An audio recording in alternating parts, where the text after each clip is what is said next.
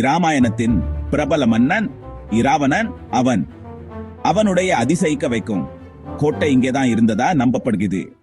இன்னும் நாம் அதை பார்க்க போறோம். இலங்கையின் மத்திய மலைப்பகுதியில் எல்லோராவை நோக்கி நமது பயணம். இந்த மலைக்கு ஏறுவது ஒரு சிறிய சாகசமே. ஒவ்வொரு அடியும் நம்மை வரலாற்றின் பின்னேக்கி அரைச்சு செல்கிறது. மரக நிறக்காடுகள், பரமையான மரங்கள். உள்ளூர் மக்கள் கடந்து போகும்போது ஒரு புன்னகையோ அல்லது ஒரு கதையையோ பகிர்ந்துக்கிறாங்க. வண்ணமயமான பூக்கள், கிளைகளை தாவும் குரங்குகள்.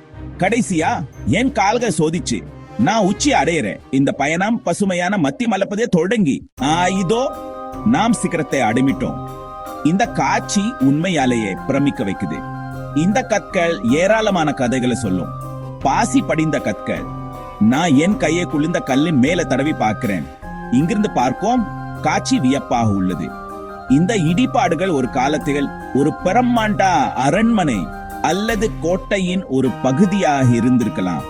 இங்கேன்றா இரான சீதை இங்கே தான் வச்சிருந்தானா என்ன யோசிக்க தோணுகுது. வரலாறும் புராணமும் மோதி இருந்தானா?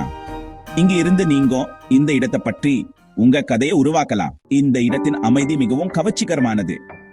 மலைகளின் பச்சை நிறம், மேகங்களின் வெள்ளை நிறம். இது ஒரு மந்திர தலம் போல் உள்ளது.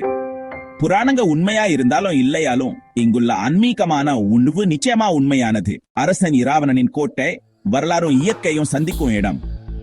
நீங்க இலங்கை வந்தா இந்த இடத்தை பார்க்க மறக்காதீங்க. வீடியோ பிடிச்சிருந்தா லைக் பண்ணவும் சப்ஸ்கிரைப் பண்ணவும் மறக்காதீங்க. அடுத்த வீடியோவில் சந்திப்போம்.